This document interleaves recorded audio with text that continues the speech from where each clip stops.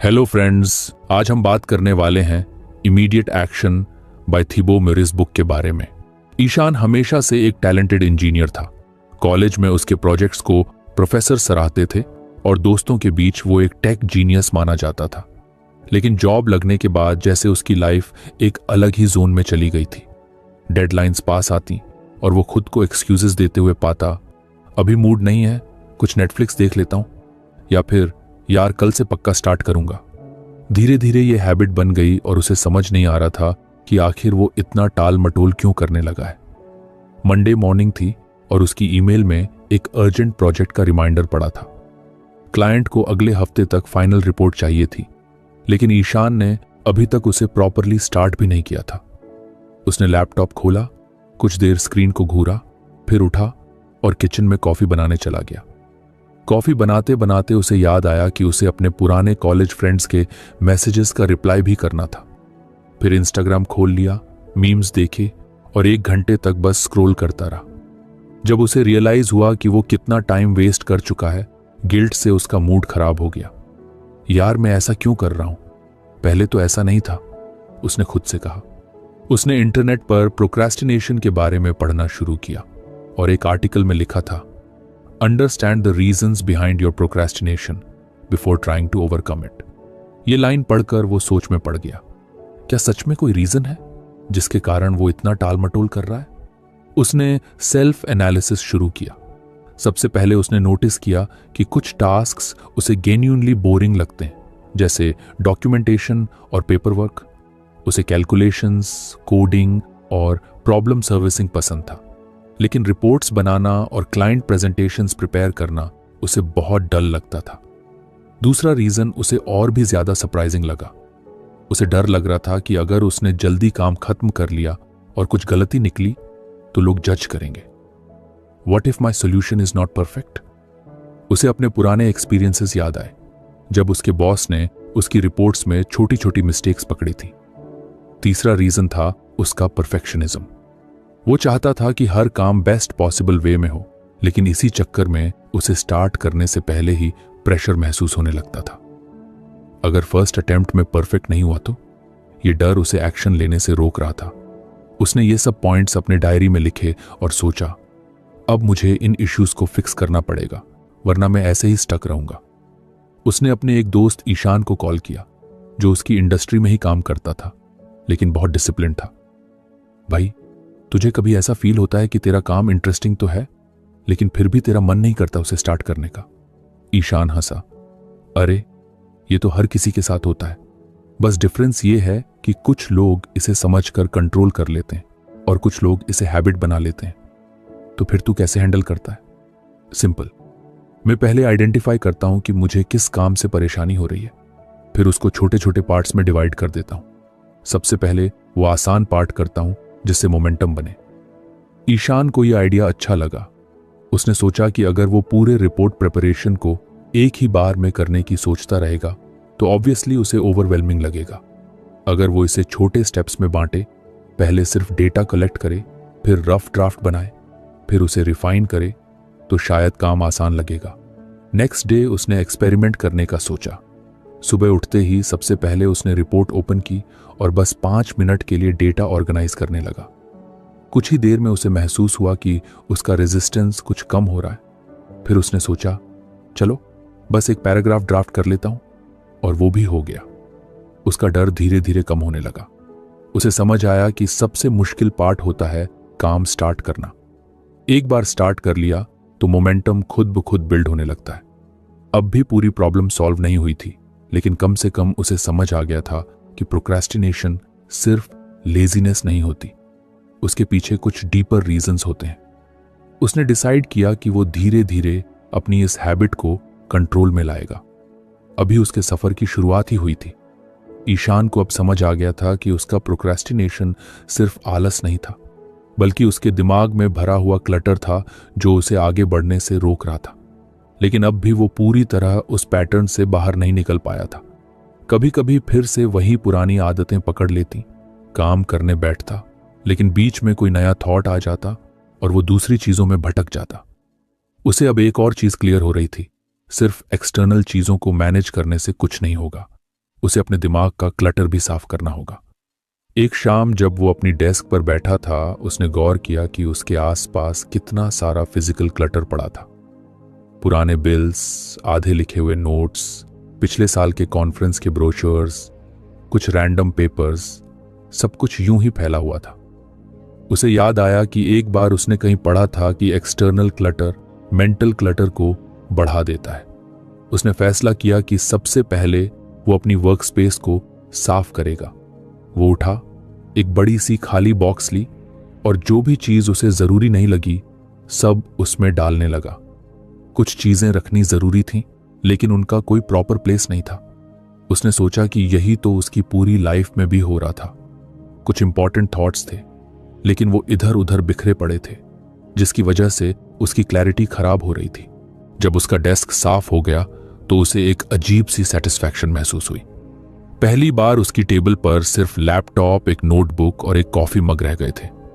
फिर उसने सोचा कि सिर्फ फिजिकल क्लटर नहीं, उसके दिमाग में भी बहुत सारी अनफिनिश्ड चीजें भरी पड़ी थीं। कुछ ऐसे काम जो उसने शुरू तो किए थे लेकिन कभी पूरे नहीं किए, कुछ ऐसे डिसीजंस जो उसने टाल दिए थे, और कुछ ऐसे गोल्स जिन पर उसने कभी एक्शन ही नहीं लिया। उसने अपनी डायरी निकाली और सारे ऐसे टास्क्स लिखने शुरू किए जिन्हें उसने कभी पूरा नहीं किया था। लिस्ट लंबी होती गई। कुछ पुराने ईमेल्स का रिप्लाई करना, कुछ फ्रेंड्स से कॉल करने का प्लान था जो कभी हो ही नहीं पाया, एक प्रोग्रामिंग कोर्स जो उसने ज्वाइन किया था लेकिन हाफ वे छोड़ दिया था, कुछ ऐसे पर्सनल गोल्स जिनके बारे में सोचा था लेकिन कुछ किया नहीं। जब उसने पूरी लिस्ट देखी तो उसे लगा जैसे उसके दिमाग में हर वक्त ये सब एक बैकग्राउंड नॉइज की तरह चल रहा था, जिसे वो कभी प्रॉपरली नोटिस नहीं कर रहा था। ये सारी इनकम्प्लीट चीजें उसे मेंटली एग्जॉस्टेड कर रही थी और वो खुद भी नहीं समझ पा रहा था कि उसका दिमाग इतना हैवी क्यों महसूस करता है। उसने डिसाइड किया कि अब वो एक एक करके इन सारे पेंडिंग कामों को पूरा करेगा। सबसे पहले उसने वो ईमेल्स भेजी जो उसे महीनों पहले भेजनी थी। फिर उसने उन 2 दोस्तों को कॉल किया जिनसे वो बहुत समय से बात नहीं कर पाया था। हर बार जब वो एक छोटा सा इनकम्प्लीट टास्क पूरा करता, उसे अपने दिमाग में कुछ सी रिलीफ महसूस होती। फिर उसने अपने पुराने कोर्स को देखा जो उसने हाफ छोड़ दिया था। उसे याद आया कि जब उसने वो कोर्स शुरू किया था तब कितना एक्साइटेड था, लेकिन बीच में कुछ और अर्जेंट काम आ गए और उसने उसे टाल दिया था। उसने सोचा कि अगर वो इसे पूरा नहीं करना चाहता तो उसे ऑफिशियली ड्रॉप करना चाहिए, ताकि उसके दिमाग में ये एक ओपन लूप की तरह ना रहे। उसने कोर्स के डैशबोर्ड में जाकर देखा और सोचा, चलो कम से कम एक मॉड्यूल तो कंप्लीट कर लेता हूं, और उसने वो शुरू कर दिया। उसे खुद भी यकीन नहीं हो रहा था कि जिस काम को वो महीनों से टाल रहा था उसे बस स्टार्ट करने की देर थी। धीरे धीरे उसने महसूस किया कि उसका माइंड पहले से ज्यादा क्लियर हो रहा था। अब जब वो अपने एक्चुअल गोल्स पर काम करता तो वो ज्यादा फोकस्ड महसूस करता। उसे पहले जो ओवरवेल्म महसूस होता था वो कम होने लगा था। अब जब वो अपनी रिपोर्ट पर काम करता तो उसके दिमाग में रैंडम थॉट्स नहीं आते कि उसे किसी और पुराने काम को पहले करना चाहिए। एक दिन उसने अपनी डायरी खोली और नोटिस किया कि अब उसमें ज्यादा स्पेस खाली थी। उसके पुराने पेंडिंग टास्क लिस्ट के ज्यादातर आइटम अब कंप्लीट हो चुके थे। उसे पहली बार ऐसा महसूस हुआ कि वो अपनी लाइफ में कंट्रोल वापस ले रहा है। कुछ हफ्तों बाद जब वो अपने लैपटॉप पर एक नया प्रोजेक्ट शुरू कर रहा था तो उसने रियलाइज किया कि अब उसे पहले जैसा रेजिस्टेंस नहीं हो रहा था। उसने बिना किसी डिस्ट्रैक्शन के फाइल ओपन की, अपनी कॉफी का एक एसआईपी लिया और सीधे काम में लग गया। उसे अब समझ आ गया था कि जब तक उसके दिमाग में बहुत सारी अनकंप्लीटेड चीजें चलती रहेंगी तब तक वो किसी भी नए काम को पूरी एनर्जी से नहीं कर पाएगा। अब उसका सफर पूरा हो चुका था। वो प्रोक्रेस्टिनेशन से बाहर निकल आया था। ईशान को अब लगने लगा था कि उसने अपनी प्रोक्रेस्टिनेशन की आदत पर काफी हद तक काबू पा लिया है, लेकिन कभी कभी जब कोई बड़ा और इंपॉर्टेंट टास्क सामने आता तब वो फिर से वही पुरानी आदतों में लौट जाता। काम करने बैठता, फिर एक रैंडम वीडियो देखने लगता या फिर बस इधर उधर की चीजों में उलझ जाता। उसे समझ नहीं आ रहा था कि ऐसा क्यों हो रहा है, जबकि उसने खुद को इतना डिसिप्लिन्ड बना लिया था। अब तक उसे लग रहा था कि प्रोक्रेस्टिनेशन सिर्फ एक बैड हैबिट है, लेकिन धीरे धीरे उसे एहसास हुआ कि ये उससे कहीं ज्यादा गहरी चीज थी। एक दिन उसने खुद से सवाल किया, मैं सच में इस काम को अवॉइड करना चाहता हूं या इसके पीछे कोई और रीजन है? उसने गौर किया कि जब भी कोई नया चैलेंज आता तो उसके दिमाग में एक सटल सा डर पैदा हो जाता था। क्या मैं इसे ठीक से कर पाऊंगा? जब उसने अपनी पिछली आदतों को एनालाइज किया तो उसे एहसास हुआ कि उसकी प्रोक्रेस्टिनेशन का एक बहुत बड़ा कारण सेल्फ डाउट था। उसे हमेशा लगता था कि वो जो भी करेगा वो उतना अच्छा नहीं होगा जितना होना चाहिए। उसे अपने कॉलेज के दिन याद आए जब वो कोडिंग कॉम्पिटिशन्स में भाग लेता था। एक बार उसने एक बहुत ही कॉम्प्लेक्स प्रॉब्लम को सॉल्व करने की कोशिश की थी, लेकिन लास्ट मोमेंट पर उसकी कोडिंग में एरर आ गई थी और उसने हार मान ली थी। उस दिन के बाद से वो हर बार किसी डिफिकल्ट टास्क को शुरू करने से पहले ही हेजिटेट करने लगा था। उसे डर रहता था कि अगर उसने काम शुरू किया और गलती हो गई तो लोग जज करेंगे। यही सोच उसे एक्शन लेने से रोक देती थी। उसे एहसास हुआ कि प्रोक्रेस्टिनेशन सिर्फ टाइम मैनेजमेंट का इश्यू नहीं था, बल्कि उसके दिमाग के अंदर एक डीपली रूटेड फियर था। वो सिर्फ बोरिंग या डिफिकल्ट टास्क्स को अवॉइड नहीं कर रहा था, बल्कि वो उन सिचुएशन से बच रहा था जहां उसे अपनी कैपेबिलिटीज को प्रूव करना होता। कहीं ना कहीं वो फेलियर को लेकर इतना कॉशियस हो गया था कि उसने रिस्क लेना ही बंद कर दिया था। अब जब उसे ये समझ आ गया कि उसकी प्रोक्रेस्टिनेशन की जड़ क्या है, तो उसने इसे सही तरीके से हैंडल करने का फैसला किया। उसने सबसे पहले ये मान लिया कि हर बार परफेक्ट रिजल्ट देना जरूरी नहीं है। अगर कोई काम सही से नहीं होता तो इसका मतलब ये नहीं कि उसने पूरी कोशिश नहीं की। उसने खुद को याद दिलाया कि फेलियर भी लर्निंग का एक पार्ट है। अब जब भी उसे किसी मुश्किल टास्क को शुरू करने में रेजिस्टेंस महसूस होता तो वो खुद से एक सिंपल सवाल पूछता, मैं इस काम को जेन्युइनली नहीं करना चाहता या मैं सिर्फ इससे डर रहा हूं? अगर जवाब ये होता कि वो डर रहा है तो वो जानबूझकर खुद को उस डिस्कम्फर्ट में डाल देता। उसने महसूस किया कि जब भी वो किसी डर का सामना करता तो वो धीरे धीरे कम होने लगता था। एक दिन उसकी कंपनी में एक नया प्रोजेक्ट आया जिसमें उसे एक पूरी नई टेक्नोलॉजी पर काम करना था। पहले इंस्टिंक्ट के तौर पर उसने सोचा कि वो इस काम को कुछ देर बाद शुरू करेगा, लेकिन फिर उसने खुद से पूछा, क्या मैं इसे टाल रहा हूं क्योंकि मुझे ये बोरिंग लग रहा है या क्योंकि मुझे डर है कि मैं इसे ठीक से नहीं कर पाऊंगा? जवाब साफ था, उसे डर था कि वो इसे अच्छे से नहीं कर पाएगा। इस बार उसने अपनी स्ट्रैटेजी बदली। उसने खुद से कहा कि वो इस काम को सिर्फ 10 मिनट के लिए करेगा, बिना ये सोचे कि इसका आउटकम क्या होगा। उसने प्रोजेक्ट ओपन किया, डॉक्यूमेंटेशन पढ़ना शुरू किया और कोडिंग के कुछ बेसिक स्टेप्स लिखे। उसे लगा कि ये उतना भी मुश्किल नहीं था जितना उसने सोचा था। धीरे धीरे वो उस काम में इतना इंग्रोस्ड हो गया कि घंटों बीत गए और उसे पता भी नहीं चला। उसे अब समझ आ रहा था कि असली प्रॉब्लम काम इटसेल्फ नहीं था, बल्कि उसका दिमाग जो पहले से ही डर बना लेता था। अब उसने अपनी पुरानी माइंडसेट को पूरी तरह से चेंज कर लिया था। वो जानता था कि प्रोक्रेस्टिनेशन से पूरी तरह से छुटकारा पाना नामुमकिन है, लेकिन अब उसे इससे डील करना आ गया था। जब भी उसे कोई नया काम इंटिमिडेटिंग लगता, वो खुद को एक सिंपल रिमाइंडर देता, बस शुरू कर, बाकी चीजें अपने आप ठीक हो जाएंगी। अब वो खुद को फेलियर्स और मिस्टेक्स से बचाने के बजाय उनसे सीखने के लिए तैयार करने लगा था। एक दिन जब उसने अपनी डायरी खोली तो उसने नोटिस किया कि उसकी पुरानी टू डू लिस्ट्स में जितने भी अनफिनिश्ड टास्क्स थे वो अब पूरे हो चुके थे। उसका दिमाग पहले से कहीं ज्यादा क्लियर था और अब उसे अपनी एबिलिटीज पर भरोसा भी होने लगा था। उसने रियलाइज किया कि असली बदलाव तब आता है जब हम अपनी प्रॉब्लम्स को सिर्फ सरफेस लेवल पर नहीं बल्कि उनकी जड़ तक जाकर समझते हैं। अब वो पहले जैसा नहीं रहा था। ईशान ने जब अपनी पुरानी आदतों पर नजर डाली तो उसे एहसास हुआ कि उसकी प्रोक्रेस्टिनेशन की असली वजह सिर्फ डर या आलस नहीं थी, बल्कि एक और चीज थी जो बार बार उसे पीछे खींच रही थी, कंफ्यूजन। उसे अक्सर समझ ही नहीं आता था कि उसे करना क्या है। उसके सामने कई सारे टास्क्स होते, लेकिन वो तय नहीं कर पाता कि कहां से शुरू करे, किस चीज पर ज्यादा ध्यान दे और क्या सच में जरूरी है। कभी कभी वो पूरे दिन कुछ करने की सोचता रहता, लेकिन अंत में कुछ भी नहीं कर पाता। उसने अब तक प्रोक्रेस्टिनेशन के कई कारणों को समझ लिया था, लेकिन उसे अब अपनी डायरेक्शन क्लियर करनी थी। उसने अपनी दिनचर्या को एनालाइज करना शुरू किया। वो नोटिस कर रहा था कि जब भी उसे कोई बड़ा काम करना होता तो वो सबसे पहले डिस्ट्रैक्शंस ढूंढता। कभी वो ईमेल्स चेक करने बैठ जाता, कभी सोशल मीडिया स्क्रॉल करने लगता और कभी कभी तो बिना वजह रैंडम चीजें गूगल करने लगता। लेकिन जब उसने अपने बिहेवियर पर ध्यान दिया तो उसने एक पैटर्न देखा। जब भी उसे यह पता नहीं होता था कि उसे एग्जैक्ट क्या करना है, तो उसका दिमाग नेचुरली उन चीजों की तरफ भागने लगता जो आसान थी। यही उसकी सबसे बड़ी प्रॉब्लम थी, लैक ऑफ क्लैरिटी। उसने एक दिन अपनी नोटबुक उठाई और लिखा, मुझे सबसे ज्यादा कंफ्यूजन कब होती है? जब उसने इस सवाल का जवाब खोजना शुरू किया तो उसे कुछ चीजें साफ दिखने लगी। पहला, जब कोई काम बहुत बड़ा या वेग होता तो उसे पता ही नहीं चलता कि उसे कहां से शुरू करना है।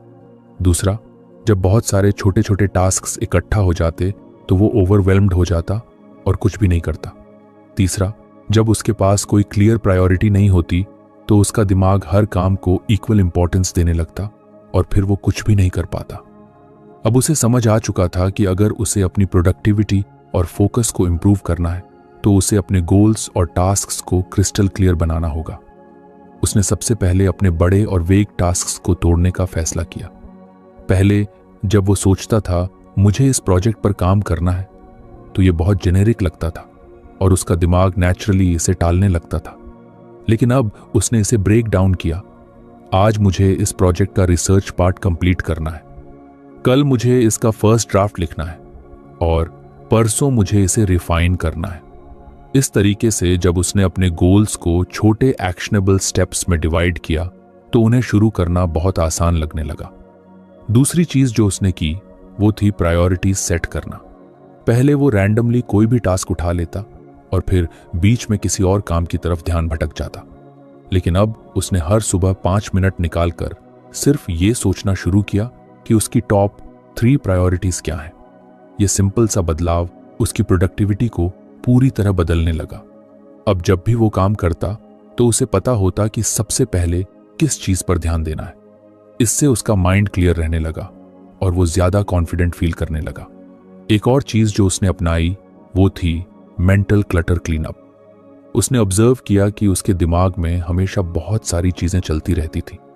कभी उसे याद आता कि उसे किसी दोस्त को कॉल करना था, कभी उसे किसी पुराने ईमेल का रिप्लाई देने की चिंता होती, तो कभी कोई रैंडम आइडिया आ जाता जिसे वो भूलना नहीं चाहता था।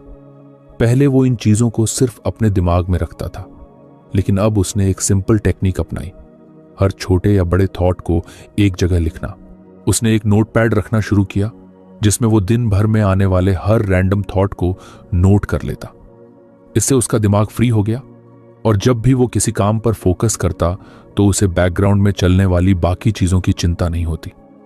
धीरे धीरे उसने क्लैरिटी को अपनी डेली हैबिट बना लिया। अब जब भी उसे कोई नया काम मिलता तो वो सबसे पहले ये सोचता कि इसे सबसे छोटे स्टेप में कैसे डिवाइड किया जाए। अगर कोई टास्क अनक्लियर लगता तो वो पहले उसकी पूरी जानकारी लेता और फिर शुरू करता। उसे अब पता चल गया था कि जब भी उसके दिमाग में कंफ्यूजन होती थी तो उसका नेचुरल रिस्पॉन्स प्रोक्रेस्टिनेशन होता था। लेकिन जब उसने अपनी टास्क्स और गोल्स को क्लियर कर दिया तो उसकी ये आदत खुद ही कम होने लगी। कुछ हफ्तों बाद उसने नोटिस किया कि अब उसकी लाइफ पहले से कहीं ज्यादा सॉर्टेड लग रही थी। उसकी पेंडिंग टास्क्स की लिस्ट छोटी हो गई थी, उसके डेली गोल्स क्लियर थे और सबसे बड़ी बात, उसे अब काम शुरू करने में रेजिस्टेंस नहीं होता था। उसे वो दिन याद आया जब वो हर काम को टालता रहता था और अब वो हर मॉर्निंग बिना किसी हेजिटेशन के अपने मोस्ट इंपॉर्टेंट टास्क पर काम करना शुरू कर देता था। एक दिन जब उसने अपनी पुरानी नोटबुक उठाई तो उसने वो पेज देखे जिनमें उसने अपनी संघर्ष लिखी थी। देरी करना, आत्मसंदेह, भार, स्पष्टता की कमी। उसे एहसास हुआ कि उसने कितना लंबा सफर तय किया है।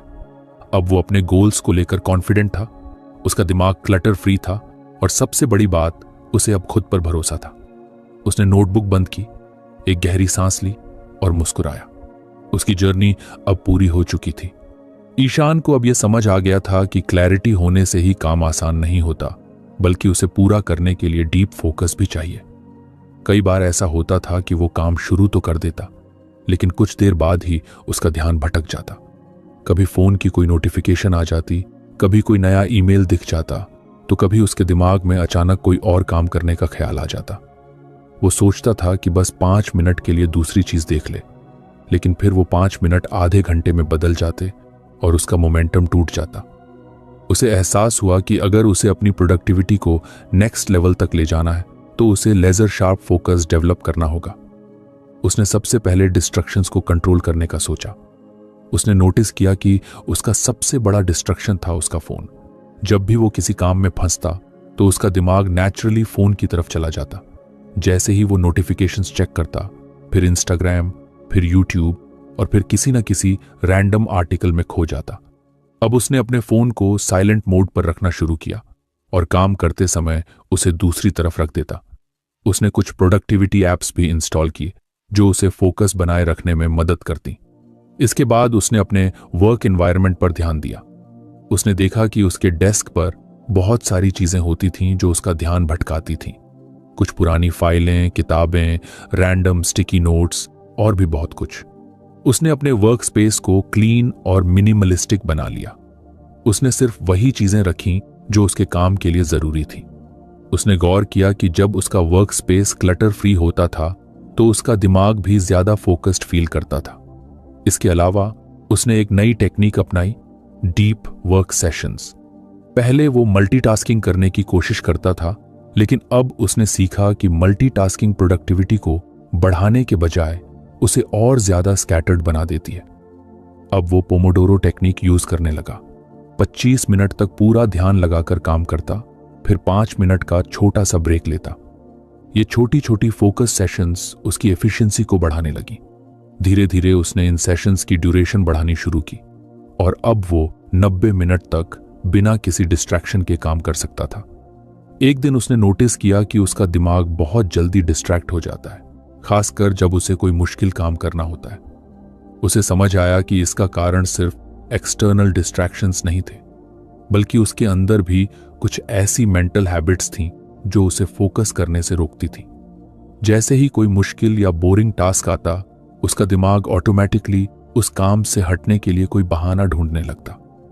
उसने सोचा कि जब भी उसका ध्यान भटकेगा, वो खुद से एक सवाल पूछेगा, क्या यह अभी सच में जरूरी है? अगर जवाब नहीं होता तो वो तुरंत उस डिस्ट्रैक्शन को इग्नोर कर देता और वापस काम पर आ जाता। अब जब भी वो काम करता तो वो अपने माइंड को कॉन्शियसली ट्रेन करने लगा कि वो डीप फोकस में रहे। उसने एक इंटरेस्टिंग टेक्निक अपनाई। हर बार जब वो ध्यान भटकने लगता तो वो पॉज लेता और एक डीप ब्रेथ लेकर अपने काम पर वापस आ जाता। इस सिंपल टेक्निक ने उसकी अटेंशन स्पैन को बहुत इंप्रूव कर दिया। उसने ये भी नोटिस किया कि जब वो पूरा फोकस लगाकर काम करता था तो उसका आउटपुट भी पहले से कहीं बेहतर होता था। धीरे धीरे उसकी कंसंट्रेशन इतनी स्ट्रांग हो गई कि वो अब बिना किसी एक्सटर्नल फोर्स के घंटों तक डीप वर्क कर सकता था। पहले उसे काम करने के लिए मोटिवेशन ढूंढनी पड़ती थी, लेकिन अब काम खुद उसे खींचने लगा था। उसे वो सेटिस्फैक्शन मिलने लगी जो सिर्फ पूरी तरह से इमर्स्ड होकर काम करने से मिलती है। एक दिन उसने अपने पिछले कुछ हफ्तों का एनालिसिस किया और देखा कि अब वो बहुत कम समय में बहुत ज्यादा काम कर पाता था। उसे अब बार बार ब्रेक्स लेने की जरूरत नहीं पड़ती थी, न ही हर छोटी चीज उसे डिस्ट्रैक्ट कर पाती थी। उसका दिमाग पहले से कहीं ज्यादा शार्प और डिसिप्लिन्ड लग रहा था। उसने अब अपनी प्रोक्रेस्टिनेशन की आखिरी जड़ को भी खत्म कर दिया था, लैक ऑफ फोकस। ईशान को अब तक समझ आ चुका था कि प्रोक्रेस्टिनेशन सिर्फ आलस या डिस्ट्रैक्शंस की वजह से नहीं होती, बल्कि उसके पीछे गहरे साइकोलॉजिकल कारण भी होते हैं। जब उसने अपनी पिछली आदतों पर नजर डाली तो उसे एहसास हुआ कि उसकी सबसे बड़ी रुकावट उसके डर थे। वो अक्सर टाल मटोल इसलिए करता था क्योंकि उसे अंदर ही अंदर डर लगता था कि अगर उसने कुछ किया और वो गलत हो गया तो क्या होगा। अगर उसने किसी को कुछ नया प्रपोज किया और लोगों ने उसे रिजेक्ट कर दिया तो, अगर उसने कोई बड़ा प्रोजेक्ट लिया और वो फेल हो गया तो उसकी मेहनत का क्या फायदा। इन सवालों ने उसे कई बार एक्शन लेने से रोका था। उसे अब अपने इन फियर्स को पहचानना और उनसे छुटकारा पाना था। उसने अपनी एक पुरानी डायरी निकाली और उसमें वो सभी काम लिखे जो उसने टाले थे। फिर उसने हर काम के सामने रीजन लिखा कि उसने उसे टालने का क्या एक्सक्यूज बनाया था। कुछ जगह लिखा था कहीं गलत ना हो जाए, कहीं लिखा था लोग क्या कहेंगे, और कहीं लिखा था अभी मेरा मन नहीं कर रहा। लेकिन जब उसने गौर किया तो उसने देखा कि ज्यादातर जगहों पर एक कॉमन थीम थी, डर। डर कि वो अच्छा नहीं कर पाएगा, डर कि लोग उसे जज करेंगे डर कि वो मेहनत करेगा लेकिन कोई फायदा नहीं होगा। उसे समझ आ गया कि अगर उसे अपनी प्रोक्रेस्टिनेशन पूरी तरह खत्म करनी है तो उसे अपने डर का सामना करना होगा। उसने सबसे पहले अपने सबसे बड़े डर को एड्रेस करना शुरू किया, फेलियर का डर। उसे याद आया कि जब उसने कॉलेज में अपनी पहली प्रेजेंटेशन दी थी तब वो कितना नर्वस था। उसे लगा था कि अगर वो एक भी गलती करेगा तो सब उसका मजाक उड़ाएंगे। लेकिन जब प्रेजेंटेशन खत्म हुई तो उसे एहसास हुआ कि लोग उतना ध्यान ही नहीं देते जितना वो सोचता था। उसकी कुछ बहुत गलतियां भी किसी को याद नहीं थी, लेकिन इसके बावजूद ये डर अब भी उसके साथ था। उसने एक नया तरीका अपनाया। हर बार जब उसे फेलियर का डर लगता तो वो खुद से एक सवाल पूछता, अगर ये काम फेल भी हो गया तो क्या मैं इससे सीख सकता हूं? और जवाब हमेशा हां में होता। उसे एहसास हुआ कि हर फेलियर कुछ ना कुछ सिखाता है और जब तक वो सीख रहा है तब तक वो आगे बढ़ रहा है। इसके बाद उसने क्रिटिसिज्म के डर को टैकल किया। उसे अक्सर लगता था कि अगर उसने कोई नई चीज शुरू की और लोग उसे पसंद नहीं करेंगे तो क्या होगा? अगर किसी ने उसकी मेहनत को नकार दिया तो? लेकिन फिर उसने गौर किया कि जितने भी सक्सेसफुल लोग हैं उन्हें भी क्रिटिसिज्म झेलना होता है। कोई भी ऐसा नहीं है जिसे सब पसंद करें। उसने एक नई माइंडसेट अपनाई। लोगों का ओपिनियन मेरे कंट्रोल में नहीं है, लेकिन मेरी मेहनत मेरे कंट्रोल में है। उसने सोचना छोड़ दिया कि लोग क्या कहेंगे और बस अपने काम पर ध्यान देने लगा। धीरे धीरे उसने देखा कि जब वो डर को इग्नोर करके काम करता था तो वो पहले से कहीं ज्यादा कॉन्फिडेंट फील करता था। पहले उसे हर काम करने में हेजिटेशन होती थी, लेकिन अब वो खुद को चैलेंज देने लगा। उसने एक दिन अपनी टीम के सामने एक बोल्ड आइडिया रखा जो पहले वो सिर्फ सोचता रहता था लेकिन कहने की हिम्मत नहीं जुटा पाता था। उसे लगा था कि लोग उसे रिजेक्ट कर देंगे, लेकिन सरप्राइजिंगली उसकी बात को सीरियसली लिया गया और उसके आइडिया पर काम शुरू हुआ। तब उसे एहसास हुआ कि उसका डर सिर्फ उसके दिमाग में था। असलियत में चीजें इतनी बुरी नहीं थी। अब उसने एक नई हैबिट बनाई। हर बार जब उसे किसी चीज को टालने का मन करता तो वो पॉज लेकर खुद से पूछता, क्या मैं इसे सिर्फ डर की वजह से टाल रहा हूं? अगर जवाब हां होता तो वो बिना ज्यादा सोचे एक्शन ले लेता। उसने समझ लिया था कि डर को कम करने का सबसे अच्छा तरीका है एक्शन लेना। जितना वो अपने डर के खिलाफ जाता उतना ही वो कमजोर होता जाता। कुछ महीनों बाद उसने महसूस किया कि अब उसकी प्रोक्रेस्टिनेशन की सबसे बड़ी वजह खत्म हो चुकी थी। उसे अब काम शुरू करने में हेजिटेशन नहीं होती थी, उसे कोई नया आइडिया इंप्लीमेंट करने में डर नहीं लगता था, और सबसे बड़ी बात, उसे अब फेलियर या क्रिटिसिज्म की चिंता नहीं सताती थी। वो पहले से कहीं ज्यादा कॉन्फिडेंट और फियरलेस बन चुका था। उसने अपनी आखिरी बड़ी रुकावट को भी पार कर लिया था और अब उसके रास्ते में कुछ भी नहीं था जो उसे रोक सके। ईशान अब अपने डर पर काबू पा चुका था, लेकिन उसे एक और चैलेंज महसूस हुआ, कंसिस्टेंसी की कमी। उसने कई बार महसूस किया था कि जब उसका मूड सही होता था तब वो बहुत अच्छे से काम करता था, लेकिन जैसे ही कोई बाहरी डिस्ट्रैक्शन आती या एनर्जी कम होती तो उसका मोमेंटम टूट जाता। उसे समझ आ गया कि अगर उसे अपनी प्रोग्रेस को स्टेडी रखना है तो उसे एक दैनिक दिनचर्या बनानी होगी जो उसके लक्ष्यों को समर्थन करे। उसने अपने दिन की शुरुआत से बदलाव करने का फैसला किया। पहले उसकी सुबह काफी रैंडम होती थी। कभी देर से उठता, कभी जल्दी, कभी नाश्ता करता, कभी स्किप कर देता। इससे उसका पूरा दिन अनप्रेडिक्टेबल हो जाता था। अब उसने तय किया कि वो हर दिन एक ही समय पर उठेगा और अपने दिन की शुरुआत एक क्लियर स्ट्रक्चर के साथ करेगा। उसने एक सिंपल मॉर्निंग रूटीन बनाई। उठने के बाद सबसे पहले कुछ स्ट्रेचिंग, फिर 10 मिनट की मेडिटेशन और उसके बाद एक जर्नल में अपने दिन के टॉप 3 गोल्स लिखना। इससे उसे हर सुबह क्लैरिटी मिलती कि उसे दिन भर क्या करना है। फिर उसने अपने काम करने के तरीके पर ध्यान दिया। पहले वो बिना किसी फिक्स्ड स्केड्यूल के काम करता था, जिससे कभी वर्कलोड बहुत ज्यादा हो जाता तो कभी बहुत कम। अब उसने टाइम ब्लॉकिंग टेक्निक अपनाई। हर टास्क के लिए एक फिक्स्ड टाइम स्लॉट तय कर लिया। उसने देखा कि जब उसे पता होता था कि कौन सा काम कब करना है तो वो ज्यादा डिसिप्लिन के साथ काम कर पाता था। उसने अपने सबसे चुनौतीपूर्ण कार्यों को सुबह के समय रखा, जब उसकी एनर्जी सबसे ज्यादा होती थी, और मीटिंग्स या ईमेल्स को दिन के दूसरे हिस्से में शिफ्ट कर दिया। उसने ये भी नोटिस किया कि एक स्ट्रक्चर्ड डे के बावजूद मोटिवेशन हर दिन सेम नहीं होती। कभी कभी मन करता था कि सब कुछ छोड़कर बस आराम किया जाए, लेकिन अब उसने एक नई अप्रोच अपनाई। मोटिवेशन पर भरोसा मत करो, डिसिप्लिन बिल्ड करो। उसने देखा कि जब वो बिना सोचे समझे बस अपनी रूटीन को फॉलो करता था तो धीरे धीरे उसका दिमाग उस स्केड्यूल का आदी हो गया और उसे काम करने के लिए किसी एक्स्ट्रा मोटिवेशन की जरूरत नहीं पड़ी। अब वो हैबिट ड्रिवन हो चुका था, न कि मूड ड्रिवन। शाम को उसने एक विंड डाउन रूटीन भी बना ली। पहले वो रैंडमली लेट नाइट तक कुछ भी करता रहता, कभी सोशल मीडिया, कभी टीवी, कभी कोई मूवी। बट अब उसने तय किया कि वो सोने से पहले 1 आवर का स्क्रीन फ्री टाइम रखेगा। वो या तो कोई अच्छी बुक पढ़ता या अगले दिन की प्लानिंग करता। इससे उसकी नींद भी बेटर होने लगी और अगले दिन के लिए उसकी एनर्जी भी हाई रहती। धीरे धीरे उसकी डेली रूटीन इतनी नेचुरल हो गई कि अब उसे कॉन्शियसली एफर्ट नहीं लगाना होता था। उसे एहसास हुआ कि एक स्ट्रॉन्ग रूटीन ही उसकी प्रोडक्टिविटी और फोकस को बनाए रखने की की थी। अब वो बिना सोचे समझे कंसिस्टेंट प्रोग्रेस कर पा रहा था और प्रोक्रेस्टिनेशन का कोई मौका ही नहीं था। उसके अंदर अब वो डिसिप्लिन आ चुका था जो किसी भी बड़े गोल को अचीव करने के लिए जरूरी होता है। ईशान ने अब तक अपने प्रोक्रेस्टिनेशन के लगभग हर पहलू को समझ लिया था और उन पर काम भी कर रहा था। डर से निपटना सीख लिया था, डेली रूटीन बना ली थी, लेकिन उसे महसूस हुआ कि कभी कभी उसके अंदर एक अजीब सी उलझन बनी रहती थी। ऐसा लगता था जैसे दिमाग में हर समय बहुत सारी चीजें चल रही हैं, पेंडिंग टास्क्स, फ्यूचर गोल्स, छोटे छोटे काम जो बीच में रह गए थे।